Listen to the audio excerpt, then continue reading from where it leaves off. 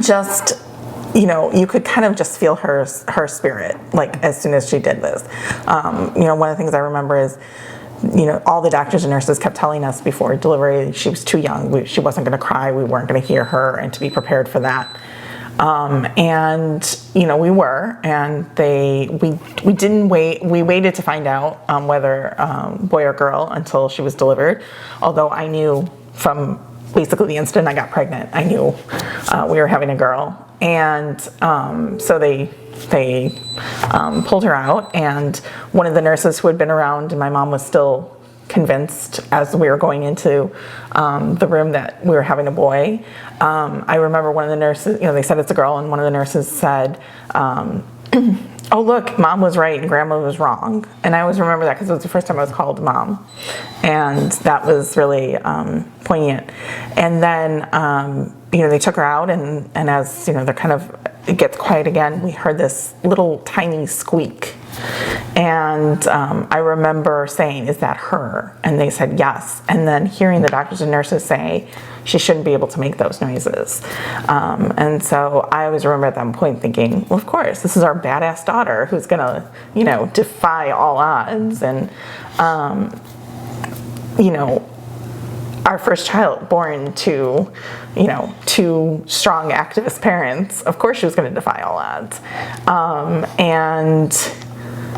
That was really what you saw. She was really smart. She had these, she was tiny and she was little, but she had these really long legs and these arms, and she was so smart. She wanted to get her tubes all out, and she would take her one free hand that didn't have IVs on it, and she would try to pull off her tubes. And when she wouldn't get there, then she'd switch and go to the other hand. And she was determined, and she was a fighter, and a spirit that I think just radiated out. We got this in the mail probably a day or two after Colette had died.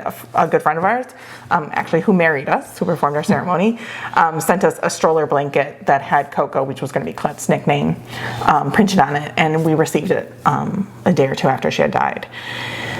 And I really wanted to do something with it, and so we were able to send that to somebody who made a bear out of it. And we also have two other bears, one of which is in our rainbow baby, our son's room, that he has something from his big sister.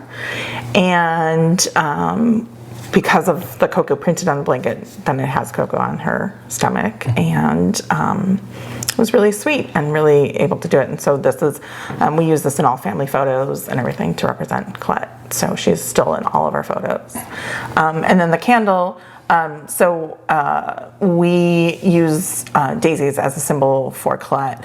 And that comes from when I was pregnant with Colette, I would have very vivid dreams. And part of the reason why I knew it was always going to be a girl is because I would have dreams of fields of daisies and me in them chasing after a girl. And I could only see the back of her head. But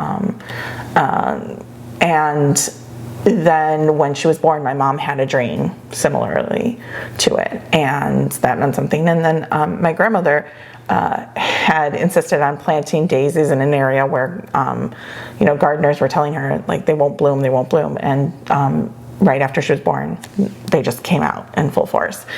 So we use daisies. So this is our daisy candle. On holidays and important occasions, we take this with us and we light it. We take a few minutes just to remember her on, Christmas and Thanksgiving and all of those holidays, to just remember it and for her to be there, her light to be there with us. Yeah, she's got a seat at the table, right, no matter what, and always will. Yeah. Just not the seat we wish she had.